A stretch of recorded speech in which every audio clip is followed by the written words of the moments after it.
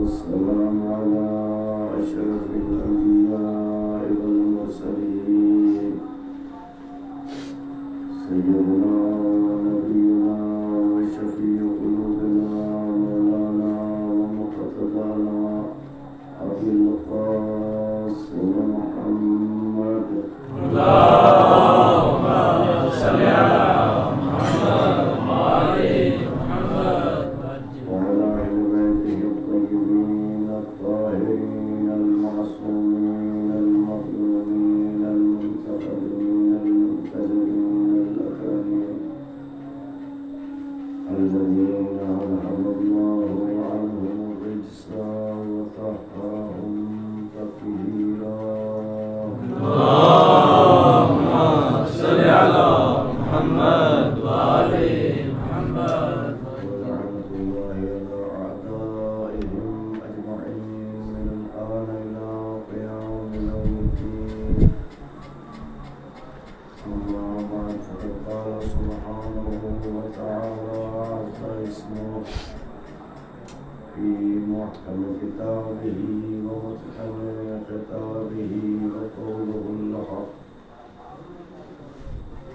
بسم الله الرحمن الرحيم ألف لام ميم ذلك الكتاب لا ريب فيه هدى للمتقين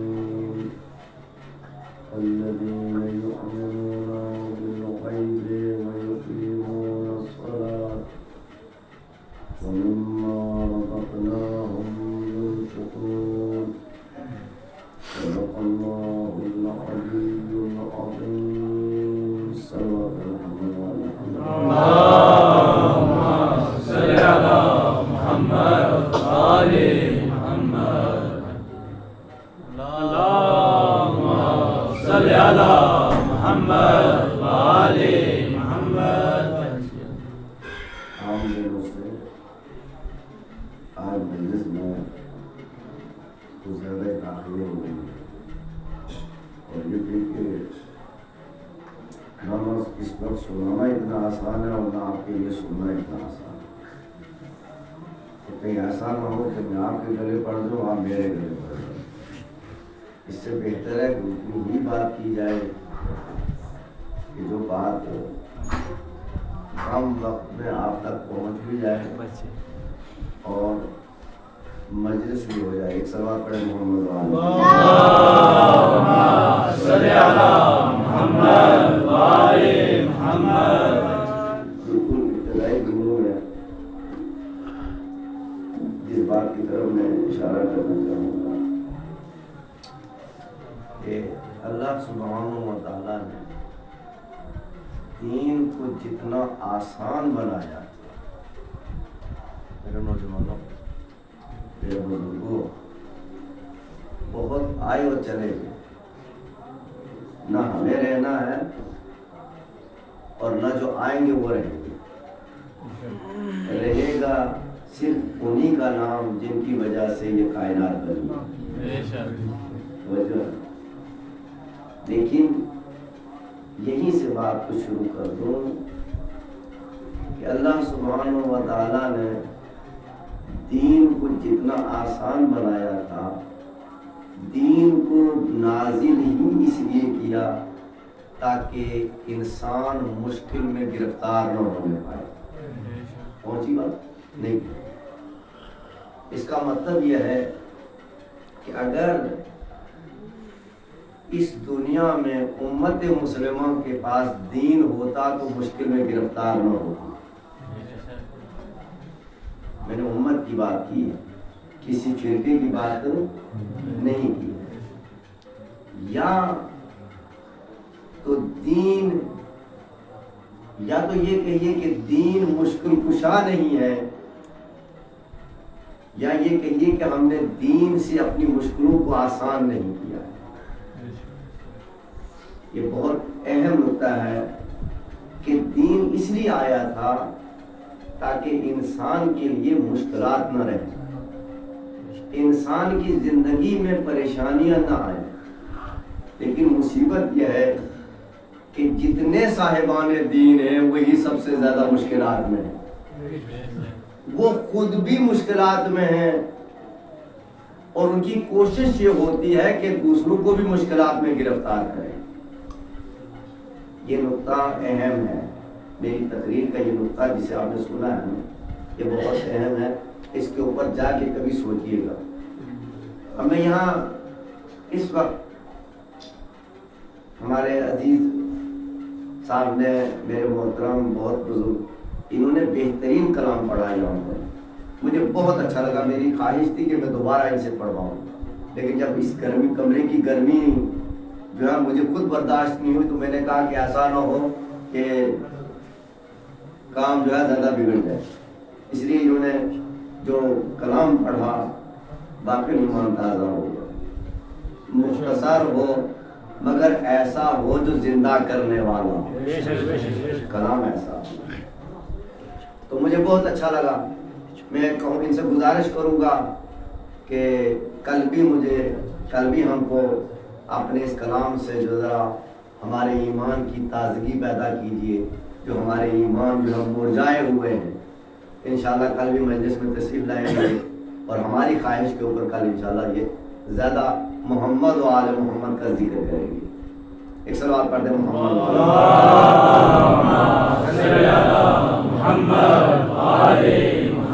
بات کیوں کہی ہے؟ کسی چیز کو جو لوگ سنجیدہ ہیں قوم کے، خدا را بعض باتیں میں ممبر سے آپ کو پتا ہے، میں ممبر سے کبھی کسی کے خلاف گفتگو نہیں کرتا، یہ میرا مشن ہی نہیں ہے، یہ میرا مشن نہیں ہے، میرا مشن ہے جوڑنا، توڑنا میرا مشن، توڑنے والا ملا ہوتا ہے تو مجھے ملا والا کام نہیں کرنا ہوتا، ٹھیک ہے؟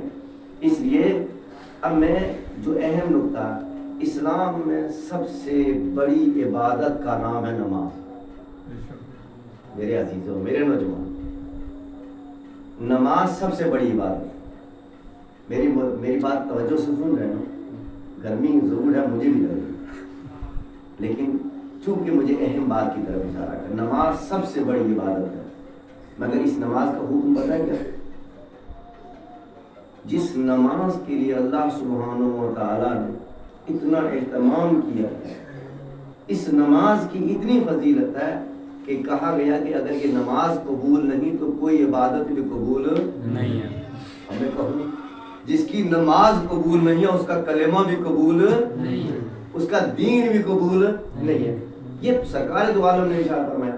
لیکن آپ کو پتا ہے کہ نماز کے لیے حکم کیا ہے؟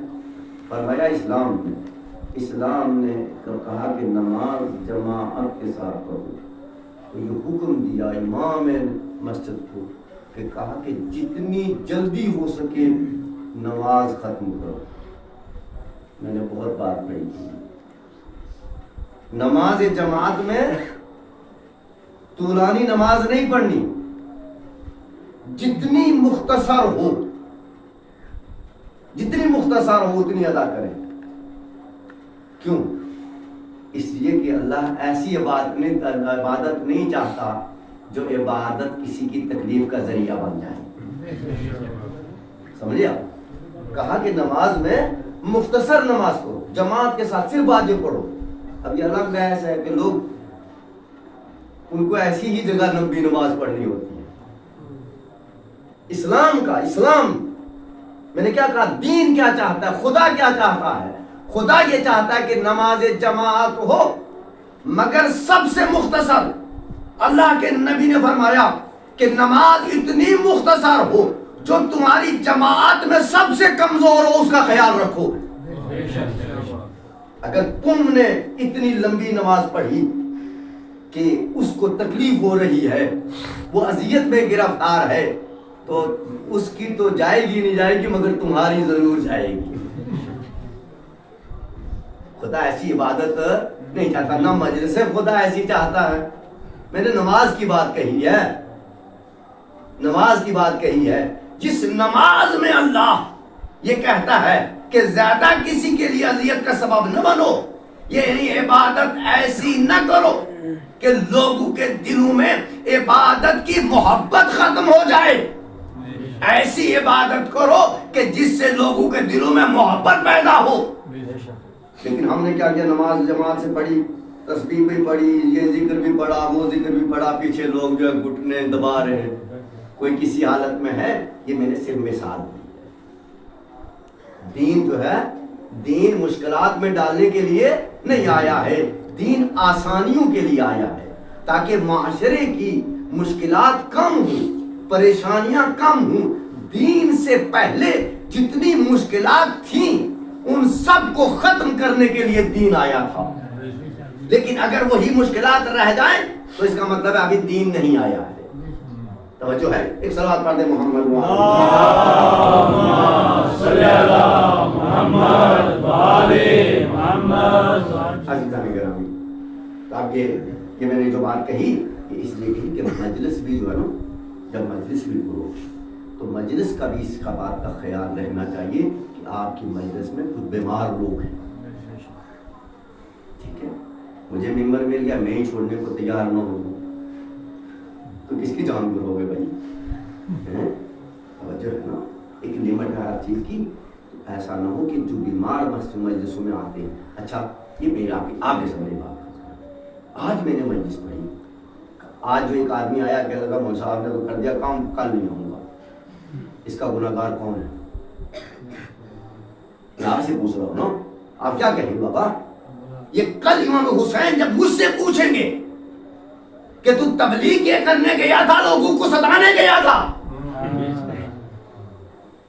تو مجلسیں ایسی کرو کہ جو بزرگ ہیں، بیمار ہیں، مجلسیں شفا خانہ ہیں، یہاں صحت مند بھی آتے ہیں، یہاں بیمار بھی آتے ہیں.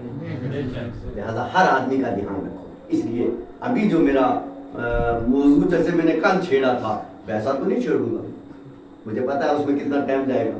اس لیے ابھی جو بات مجھے گزارش کرنا ہے وہ صرف قرآن مجید کی اس آیت کی روشنی میں ارشاد الہی ہو رہا ہے. آج بالکل الگ سے گفتگو کر رہا ہوں. قرآن مجید شروع کہاں سے ہوتا ہے؟ سورہ بقرہ شروع کہاں سے ہوتا ہے؟ میرے نوجوانوں، کوئی ایک بات روز آپ کو ملنی چاہیے. میں نے مجلس میں وعدہ کیا ایک بات آپ تک پہنچنی چاہیے. ارشاد الہی ہو رہا ہے الف لام میم. غور کر رہے ہیں پروردگار عالم یہ تو بتا، قرآن نازل کر رہا ہے ہمارے لیے، بات کر رہا ہے کوڈ ورڈ میں، ہماری سمجھ میں کیا ہے؟ الف کیا ہے، لام کیا ہے، میم کیا ہے؟ ہم کیا جانتے ہیں؟ پڑھا ہم نے بھی، مکتب میں ہم نے پڑھا، بڑے ہو کے ہم نے پڑھا، بڈھے ہو کے ہم نے پڑھا، پڑھتے پڑھتے چلے گئے، مگر یہی سمجھ میں نہ آیا کہ الف لام ہے کیا ہے کیا. اب اس کا ترجمہ کرو، یہی تو ہے صاحب، قرآن کا ترجمہ کرو. تو میں پوچھتا ہوں کوئی ہے جو الف کا ترجمہ کر دے؟ کوئی ہونا چاہیے یا نہیں ہونا چاہیے کہ جو الف کا ترجمہ کر دے؟ کوئی ہو جو لام کا ترجمہ کرے، کوئی ہو جو میم کا ترجمہ کرے. تو دنیا حیران ہو جائے گی کہ یہ بتاؤ کہ جب 3 لفظ سمجھ میں نہیں آئے، 3 لفظ جو اللہ نے نازل کیے، اچھا انہیں ہٹا بھی نہیں سکتے، یہ آیت ہے.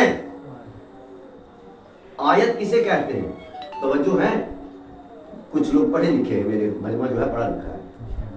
آیت کہتے ہیں مثلا ایک مکمل جملے کو جس کے اندر مکمل ایک پیغام ہو. آیت کسے کہتے ہیں؟ ایک مکمل جملے کو. میرے نوجوانوں میرے ساتھ رہیے گا. ایک مکمل جملے کا نام ہے آیت. جیسے بسم اللہ الرحمن الرحیم ایک آیت ہے، ایک آیت ہے. قل هو اللہ احد ایک آیت ہے. الحمدللہ رب العالمین ایک آیت ہے. اب اسی طرح سے پروردگار عالم نے الف لام کو بھی ایک آیت کہا. کمال یہ ہے کہ جتنے بھی قرآن ہو ان سب میں اسے ایک آیت کہا ہے، اس کا مطلب ہے بات مکمل ہے، بات پوری ہے، مگر سمجھائے کون؟ کیسے پتا چلے؟ جملے میں ہے کیا؟ 3 لفظ الف لام میم۔ الف بتاؤں کیا ہے؟ الف بیان کروں گا؟ اگر گرمی نہیں ہے تو صلوات پڑھ دے محمد صلی اللہ محمد والے محمد۔ شاید کوئی ایک ہی نقطہ پڑھ پاؤں گا۔ الف کیا ہے؟ توجہ کریں، قرآن مجید کے بارے میں ہے کہ قرآن مجید کتنی کتابیں نازل ہوئی؟ اگر میں بچوں سے اس وقت سوال کروں میرے نوجوانوں، کل کتابیں کتنی نازل ہوئی؟ کل کتنی کتابیں؟ ہم نے تو کتنی سنی؟ صرف 4 سنی۔ یہ 4 بڑی کتابیں، توجہ ہے نا؟ لیکن آج کا ایک سوال ہے کہ کل کتنی ہیں؟ کل کتابیں جو آدم سے لے کر کے خاتم تک نازل ہوئی ہیں، ان کی کل کتنی تعداد ہے؟ اب اللہ سبحانہ و تعالی، توجہ کریں میری بات کو، اللہ سبحانہ و تعالی جتنا علم ان سب کتابوں میں تھا، اس سارے علم کو اللہ نے 4 کتابوں میں سمیٹ دیا۔ سارے علم کو اللہ نے 4 کتابوں میں سمیٹ دیا۔ 4 کتابیں، انجیل، زبور، قرآن، تورات، یہ 4 کتابیں، 4 کتابوں میں کل علم اللہ سبحانہ و تعالیٰ نے سمیٹ دیا۔ یہ 4 کتابیں ہیں۔ اب ان 4 کا علم اللہ نے پورے قرآن مجید میں سمیٹ دیا۔ غور کریں ہم یہ بات کو۔ اب سرکار دو عالم فرماتے ہیں کہ قرآن مجید کے کل کتنے حروف ہیں؟ 28۔ کاش وقت بتا تو میں آپ کو اس موضوع تھا میرا سے کریے، اور میری بدقسمتی کہ جو موضوع نہ بتا 28 حروف ہے عربی میں جن سے قرآن بنا۔ اب پیغمبر فرما رہے ہیں کہ اس میں جتنے بھی حروف ہیں کوئی ایسا حرف نہیں کہ جس حرف کے ایک حرف کے 70 معنی نہ ہوں، قرآن 70 معنی نہ ہوں۔ کوئی قرآن کا ایسا لفظ نہیں ہے، حرف نہیں ہے کہ جس حرف کے مثلا آپ کہیں گے الف، با، تا، یہ تا آپ کی نظر میں تا ہے، نہیں ورگی آپ ہے، جس نے خلق فرمایا ہے اس سے پوچھو کہ تا کیا ہے، اس سے پوچھو کہ تا کیا ہے، اس سے پوچھو کہ عین کیا ہے، اس لیے کہ یہ مقدمہ قرآن ہے، یہ خالی حروف نہیں ہے، ان سے قرآن بنا ہے۔ اگر میں یوں کہوں کہ یہ ام القرآن ہے، ان سے قرآن وجود میں آیا ہے، تو اس کا مطلب یہ ہے کہ عربی کے حروف کا جاننا ضروری ہے، قرآن کا علم جاننا ضروری ہے۔ تو اللہ سبحانہ و تعالیٰ نے فرمایا کہ کل قرآن، جتنا علم اللہ نے اس دنیا کے لیے ضروری تھا وہ سارا قرآن میں رکھ دیا، اور سارے کا سارا علم ان 28 حروف میں ہے، اور جتنا سارا علم ان 28 حروف میں ہے وہ سارے کا سارا علم الف میں ہے۔ توجہ ہے نا؟ وہ سارے کا سارا علم کس میں ہے؟ الف میں ہے۔ بالکل عجیب بات کر رہا ہوں، الف میں ہے، الف میں جتنے 28 حروف میں جتنا علم ہے وہ سارے کا سارا سمٹتا ہے کس میں؟ الف میں۔ اب کون جانے کہ الف کیا ہے؟ کس کو پتا ہے کہ یہ الف کیا ہے؟ یہ راز تو وہی بتا سکتا ہے جس کے سامنے الف خلق ہوا ہو، جس کے سامنے الف خلق ہوا ہوگا، وہی تو بتائے گا کہ الف کیا ہے. ہم نے تو بچپنے میں پڑھ لیا الف, ہم نے تو بچپن میں پڑھ لیا بات. کبھی غور ہی نہیں کیا کہ یہ حروف جب قرآن اتنا عظیم ہے, توجہ کیا آپ نے, کبھی تو غور کرے, جب قرآن بنے ان 28 حروف سے, اسے تو قرآن کہتے ہیں. اس کا مطلب یہ ہے کہ یہ ایک حرف اپنی جگہ کے اوپر مکمل آیت بھی ہے, مکمل قرآن بھی ہے. یہ صرف 28 حروف نہیں ہے کہ جنہیں آپ نے سمجھا, پڑھ لیا, عربی بچپنے میں پڑھ لیا, پٹی پڑھا دی استاد نے, بس چلے گئے. یہ کیوں کہ ہمارے معاشرے میں, ہمارے سماج میں کام ہی نہیں ہو ان موضوعات کے اوپر. جب کام نہیں ہو تو کسی کو کیا پتا. اب کل قرآن کا علم کس میں ہے؟ سورہ حمد میں. توجہ کریں, بس سمیٹ رہا ہوں. کل قرآن کا علم کہاں آیا؟ سورہ حمد میں. اب یہ کل موضوع چھیڑے گا کہ سورہ حمد میں کون کون سے علم ہے, جیسے کل میں نے موضوع چھیڑا تھا. تو یہ سارا کا سارا علم کس میں ہے؟ سورہ حمد میں. اور جو کچھ سورہ حمد میں ہے وہ بسم اللہ میں ہے. جو کچھ پورے قرآن میں ہے وہ بسم اللہ میں ہے. اور جو کچھ پورے قرآن میں ہے بسم اللہ میں ہے, وہ بے کے نقطے میں ہے. دیکھو کیا ابھی نہیں پہنچے, وہ کس میں ہے؟ بے کے نقطے میں. تو وہ بے کا نقطہ کون ہے؟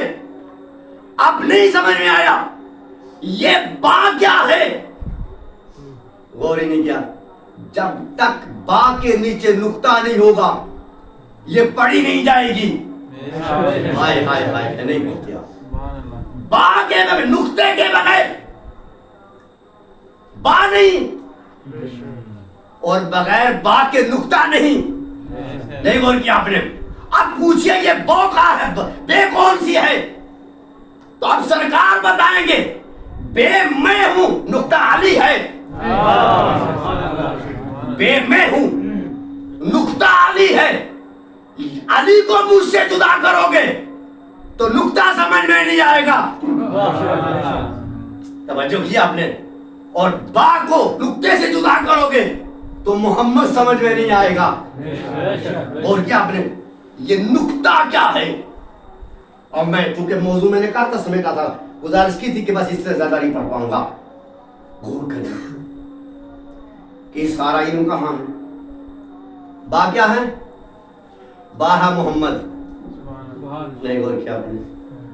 عجب ہے ذات کہ جس نے کائنات کو بنایا تو انہی کے ذریعے سے, قرآن کو شروع کیا تو محمد و علی کے ذریعے سے. کہ با پہلے ہے, علی پہلے ہے. غور کیا آپ نے. اب مجھے ایک بات نہ سمجھ میں آئے, جو ڈائریکٹ اللہ ڈھونڈتے ہیں. نہیں غور کیا آپ نے, نہیں غور کیا آپ نے. اللہ کہاں ہے؟ بسم اللہ میں اللہ کہاں ہے؟ پہلے کون ہے؟ پہلے کون ہے بھائی؟ پہلے محمد ہے, علی ہے, پھر اللہ ہے. اللہ خود کہہ رہا ہے کہ جو ان کو نہیں جانتا وہ مجھ تک نہیں آ سکتا. جس کی سمجھ میں محمد و علی نہ آئے اس کی سمجھ میں رب نہیں آ سکتا. لہذا اس نے کہا پہچانو. جب ابھی تم بسم اللہ نہیں سمجھو تو قرآن کیا خاک سمجھو گے. صلوات پڑھ دے محمد وآل محمد. صلی اللہ محمد وآل محمد. جو کیا یہ ایک نقطہ میں سے گوشہ بیان کیا ہے فضائل کا, قرآن مجید کا ایک گوشہ میں نے بیان کیا ہے کہ جس کو آپ نے محسوس کیا ہوگا کہ بسم اللہ, بسم اللہ کے بعد ہے اللہ. اور جو ہے نا اس کے بعد ہے اللہ, تاکہ دنیا کو پتا چل جائے کہ پہلے محمد و علی ہیں. غور نہیں کیا آپ نے, تاکہ تم ان کے ذریعے سے اسے پہچانو. اپنی مرضی سے تو تم اگر بناؤ گے تو کئی خدا بنیں گے. نہیں بول کے آپ نے